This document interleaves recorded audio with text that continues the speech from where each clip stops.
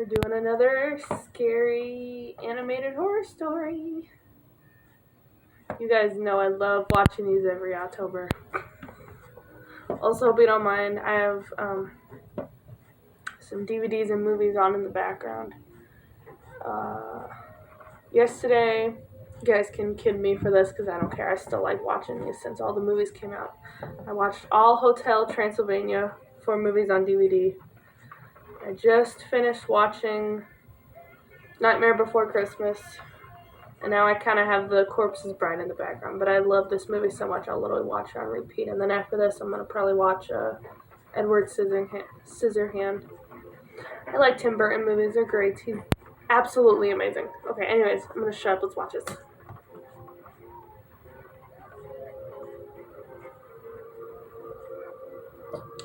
There's a storm going on right now so I'm hoping, knock on real wood, whoever, nothing happens while I'm making this video.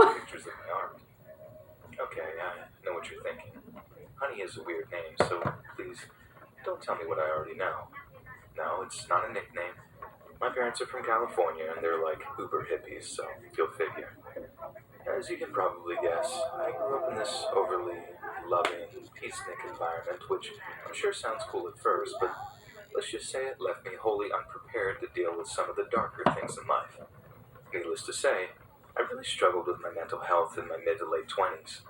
I don't want to totally blame my parents for that. I think they did the best that they could, but they seriously didn't help with their just fill your heart with love nonsense, and what I needed was actual therapy and antidepressants. I got access to professional help in the end, but what really helped me keep it together in the meantime was my art. Before I started to suffer with depression and stuff, I used to paint and draw some pretty basic stuff. Landscapes, portraits, floral displays, stuff like that. But when I started to really suffer, I let out all my stress, anxiety, and sadness on the paper. And as weird as it sounds, that's when my art really started to flourish. It was probably the only silver lining to ever come out of my poor mental health. The more I posted my newer, darker art on Instagram, the more attention it got. My follower count shot up, I got offers for commissions, I actually managed to hook up with a t-shirt merch company and make a few sales that way too. Like I drew this pizza demon thing one time, and that made me a few $100 from people wanting that thing on a t-shirt too. So when I say dark, I really do mean I started drawing some really messed up stuff. The pizza demon thing was probably the lightest hearted thing I put out there in that time, and even then, people said it was super messed up. What's messed? As you might imagine, my new followers included some pretty messed up people. I don't say that to be like complaining or mean or anything. I say that because one of them in particular made my life pretty difficult. So I get a direct message off of this guy who says he really loved my work and wanted the piece commissioned. Wait, hold on, I want to read. Unknown. Hey, I saw your work on... I like it. If you don't mind, I'd like to give you a price for your art. This person said, sir. Of course I say yes. Storyteller. So he follows up by asking what my rates are. I had no idea what I was doing in terms of dollar amounts at that time, so when I quoted him like $80 for a picture, he started explaining that I needed to value my art more, how my work was just as valuable as any other, and how I should be charging a whole bunch more for my art. I had no idea what to up my amount to, so I kind of threw out a few ballpark figures before the guy makes my jaw hit the floor when he offers me a straight $1,000 for an A3 size. Whoa, wait, hold on, what? What was the messages? What? Hold on. Okay, Storyteller says, it's $80 for a picture, what? You should charge more for your work. I'll give you $5,000 for an A3. Scammer!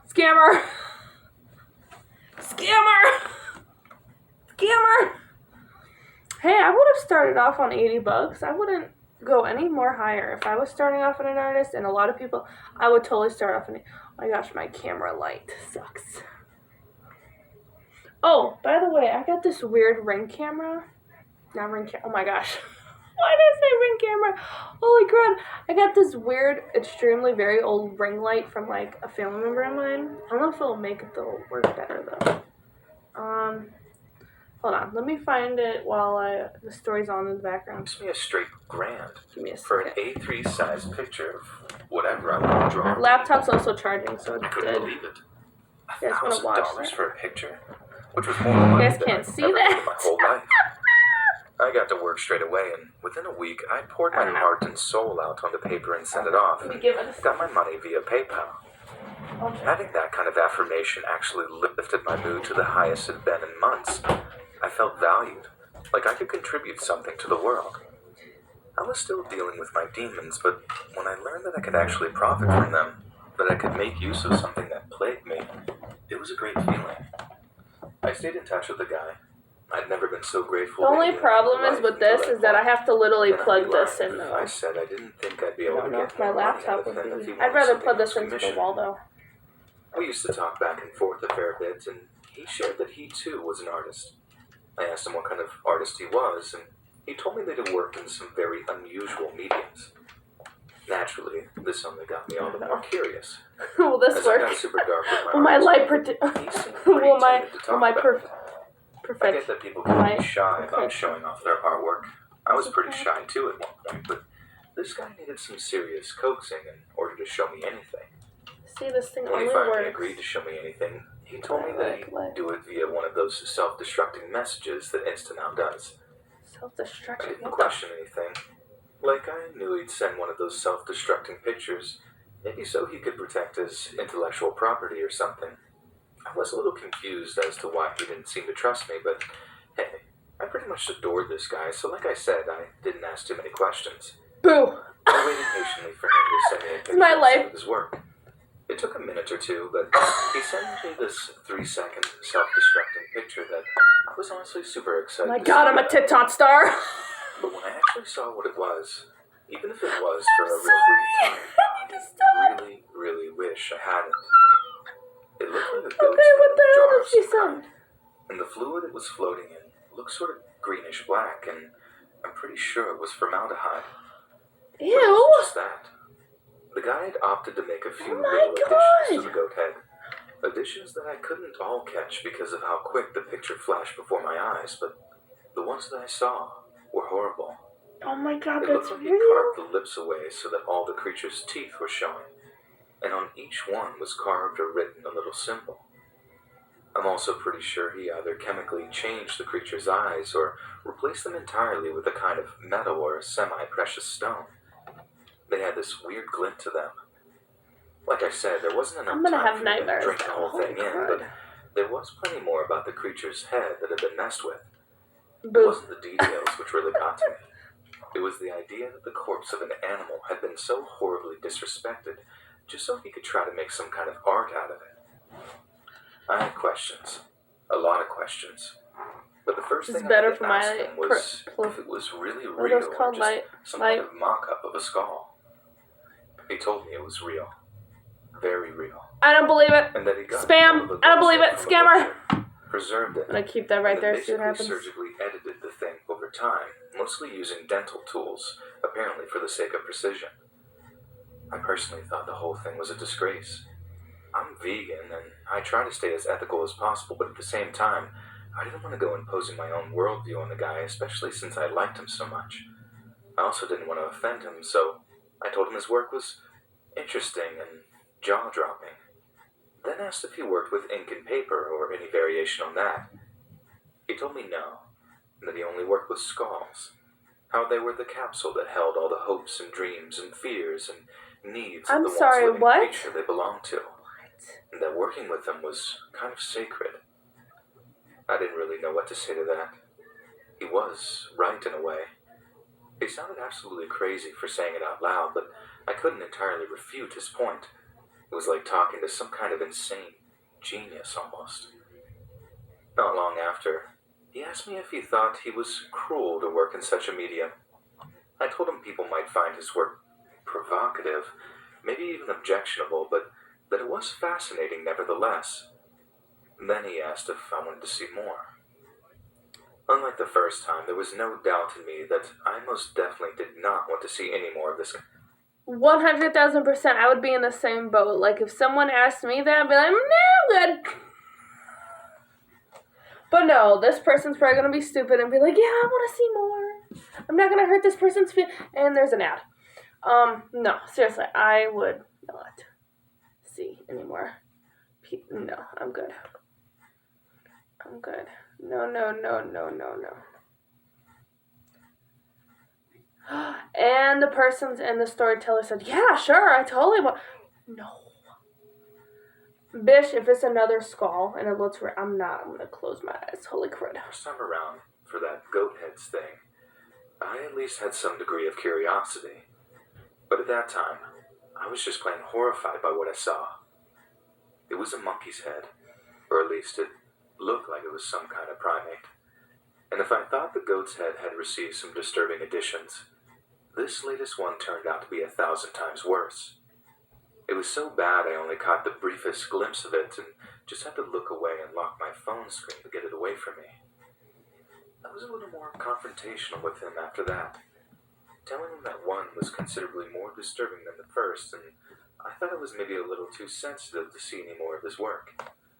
He asked why, and I broke it to him that I'd been vegan for a few years, that I was a real animal lover, and although I could stomach the goat thing's head, I really couldn't handle the monkey head as it looked far too human to me. That's when he replies to me all like, it's interesting you should say that, and goes on to explain that it's his dream to work with a human skull. How he's put up a few ads on 4chan and stuff asking if anyone would be willing to donate their head should they die. I hadn't gotten any replies. And then he told me that he was getting rid. I'm sorry. What? Hold on, this is what it says. It's my dream to work on a human skull. I even put up some ads in 4chan stuff, asking if anyone would donate their head when they die, but I'm getting really... Bish! Man, girl, you better still be alive with the stir until... You better not say yes to donate your own... Girl, you have so much to live for! When was this posted? Hold on, now I need to know when 5 months ago? May 16th, 2025. This was posted days before my birthday of this. Oh my gosh. Bish, you better be joking. Oh my god, please. Please tell me you said no. Chance to realize his dream. The whole exchange had reached peak creepiness by that point, as you can imagine. You should have never made conversation. I was reaching for that block option, as I just didn't feel safe talking to him anymore. So by the time he actually messaged me another self-destructing message asking if I'd be willing to help him get hold of a human head, I just noped out of there and stopped replying to him. Like, I'm not sure he was actually asking me to, kill anyone with him or for him, but just the idea of going about procuring an actual human head? God, no. Wait till Halloween and get a skull then. Or go on Amazon. After all, I could make a lot of money from the guy if I kept him interested in my work. I try not to think about it, but I get these really bad feelings from time to time. Like, what if he catches on to the fact that I just ignore him? And what if he decides that my head is the one he'd like to use to complete his magnum opus? I try very careful with what I post now, making sure it's only ever pictures of my art, and that the handful of landscape photos I post on my profile have been deleted, just so whoever it is can't get an idea of where I live. Because if they do work out where I'm at, there's just no way I'd be able to go around feeling safe. Not with someone whose ambition is to work with severed human heads, knowing where I lay mine at night.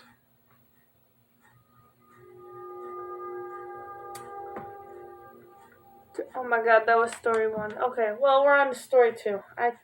Alexa Sharkey was born in Houston, Texas in the year 1994 to her father, Mike Robinault, and her mother, Stacy. Oh. After graduating high school, Alexis initially studied biology education at a university in Pittsburgh, Pennsylvania.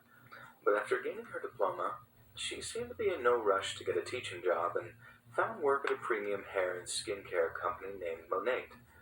She was still working for Monat when she began to gain a great number of followers on the photography-based social media app, Instagram. A combination of her natural beauty and her champagne lifestyle had users hooked. She and her husband, a wealthy West Texas consultant who was 26 years her senior, were accustomed to vacationing a lot, and Alexis wasted no opportunity to document her travels, sharing pictures with her followers on a daily basis. Not to mention sharing images of the couple's extravagant life around Houston, the place that they'd made their home. Her posts would be seen, liked, and shared by tens of thousands of people, and by December of 2020, Alexis had over 69,000 followers.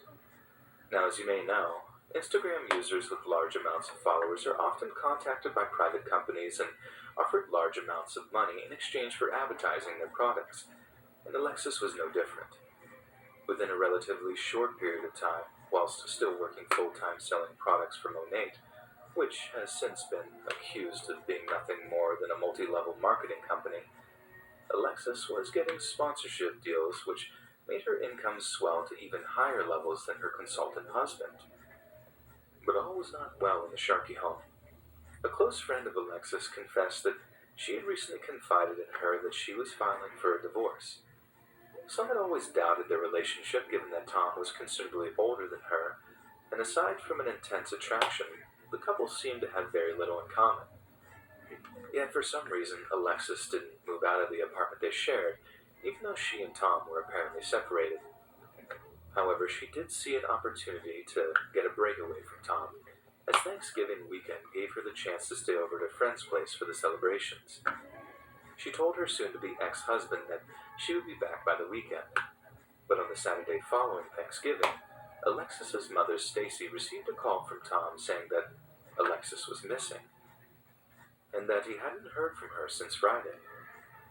A few days later, on November 28th, Alexis's mother posted to the social media site Facebook, stating that her daughter hadn't been heard from in over 24 hours, adding that police were involved and that Alexis had last been seen in the Houston area. This was especially concerning for Stacy, as she hadn't seen her daughter since the previous Christmas due to travel restrictions caused by the pandemic. Alexis had planned to return home to her parents back in Pennsylvania for Thanksgiving, but as the number of cases continued to rise all over the United States, the family decided it was much safer for Alexis to stay in Texas.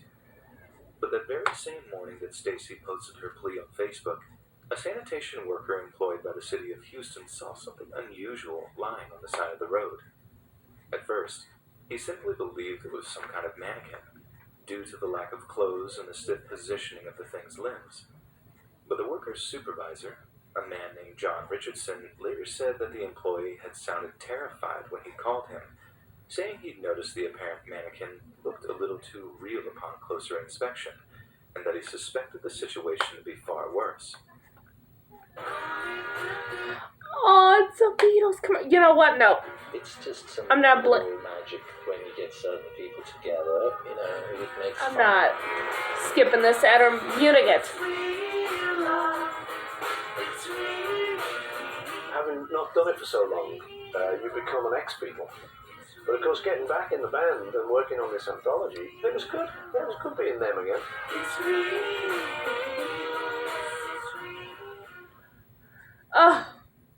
Did anyone buy their, speaking of Beatles all of a sudden, did anyone buy their new 2025 vinyls or CDs yet for the anthology 4? Let me know down.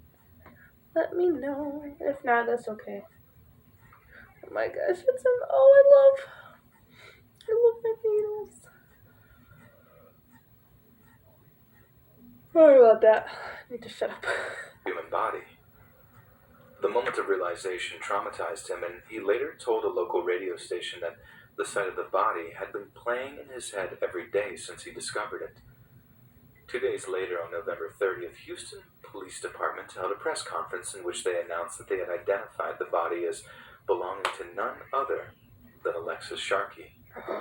Her soon-to-be ex-husband got a call from a local coroner's office, asking him to drive over to identify the body of a potential loved one.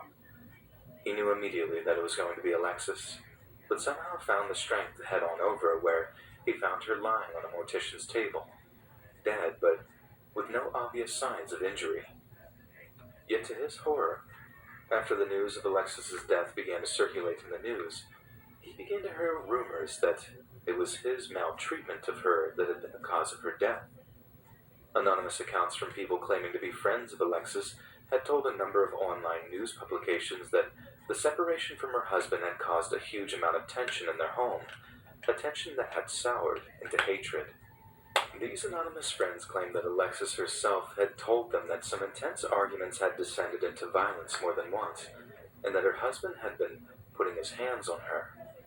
Suddenly, Tom Sharkey found himself bathed in the media spotlight, and for entirely negative reasons.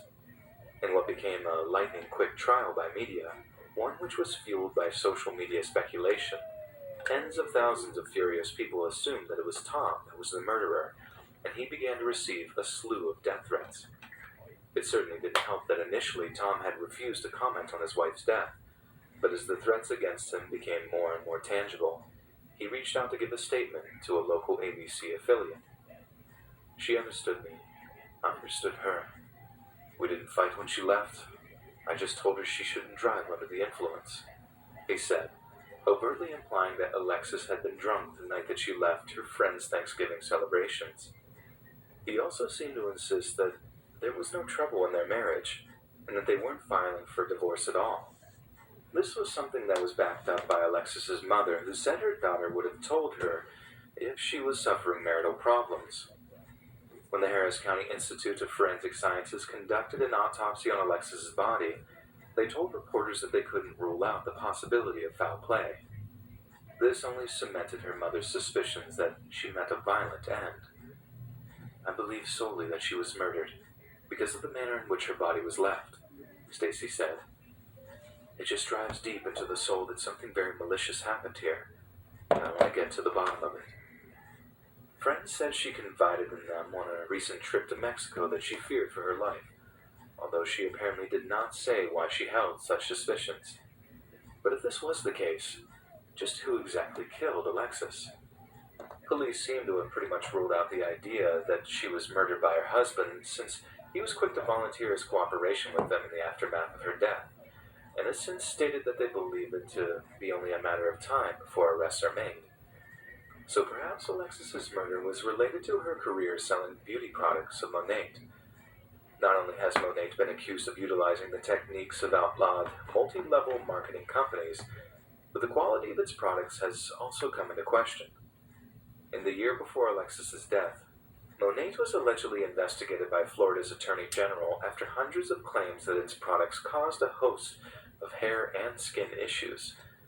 The company was permanently barred from using false or misleading statements in its marketing and sales of its beauty products, and faced $1 million fine on top of class action lawsuits from those that, after using the products, claimed they experienced hair loss, balding, and itching. Alexis was a prolific seller of Monat's products, once receiving a check for $10,000 as the winner of a company sales competition. That would certainly make for a lot of women who might blame her for essentially disfiguring them. There's also a decent chance that since Monat's MLM tactics would leave a lot of people out of pocket, that somewhere down the line Alexis had screwed one of her underlings out of a great deal of cash, perhaps just before the news of Monat's subpar products broke in the media, perhaps leaving a person totally unable to shift a hefty amount of stock they purchased. This would doubtless leave a person angry, vengeful, maybe even murderous. And besides, hell hath no fury like a woman scorned. If this is indeed the case, and Alexis's death is intrinsically linked to her Monat sales, then it seems that her status as an Instagram influencer actually led to her murder. The influence she exerted over those that followed her no doubt led to increased sales, thus increasing the potential pool of victims for Monat's frankly dangerous products. It's very possible that without Instagram, she may not have made the sale to that one person unhinged enough to seek revenge when their skin began to blister, or their hair began to fall out, or their scalp began to itch unbearably. It seems we'll soon find out who's responsible for Alexis's death. But if it is related to social media, it would be very ironic that a medium that has brought opportunity and new beginnings to so many brought one young woman to her end. Wow, that's nuts. It's insane.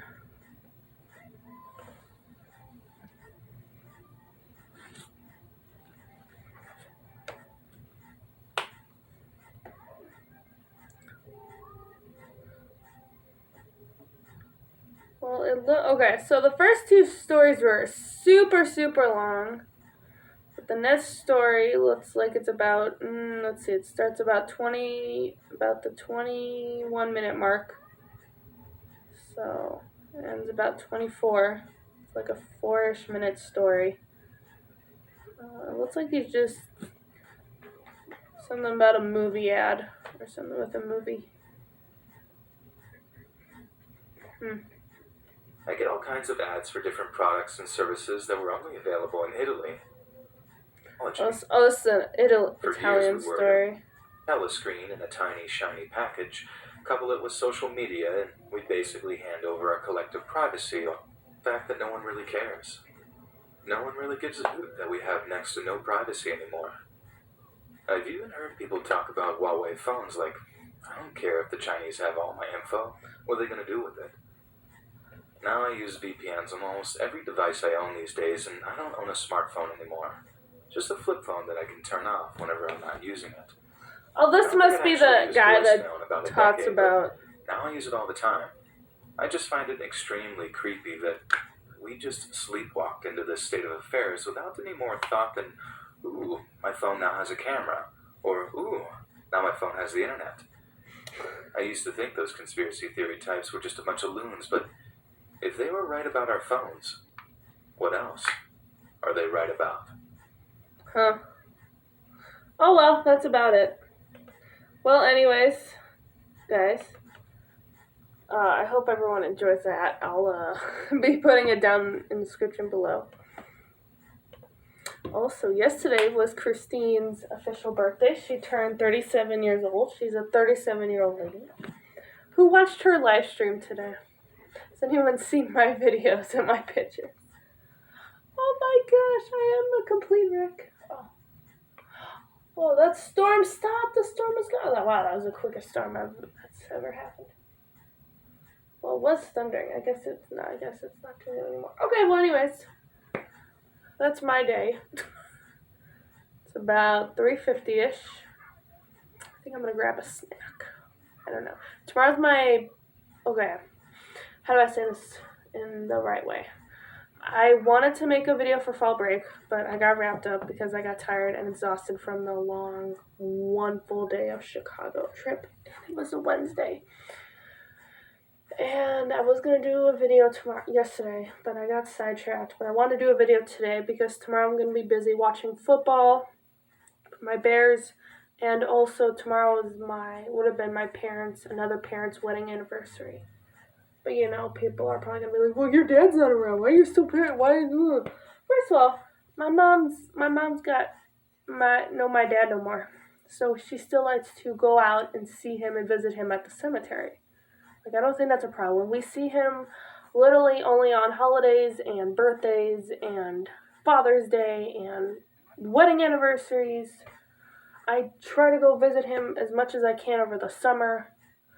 And I'm going to try to visit him the day before Halloween because Halloween was one of his favorite holidays ever. And he loved decorating this whole house, like, creepily scary. Like, cute, creepy, scary. Like, when me and my brother were growing up, like, for, like, kids. But now, since we're older, like, he doesn't care. But anyways, I think that's it. So, yeah. I don't know. What do you guys think what I should do with this? Tell me it down. It's like, this thing is so tiny. Like I said, I got it from my godparents' daughter, though. I don't know what I'm supposed to do with this. I'm a TikTok star now, boo. Let me know what I should do with this. Seriously, I have no idea how I'm supposed to work with this. Anyways, I'll see y'all in another video. Boo. Bye.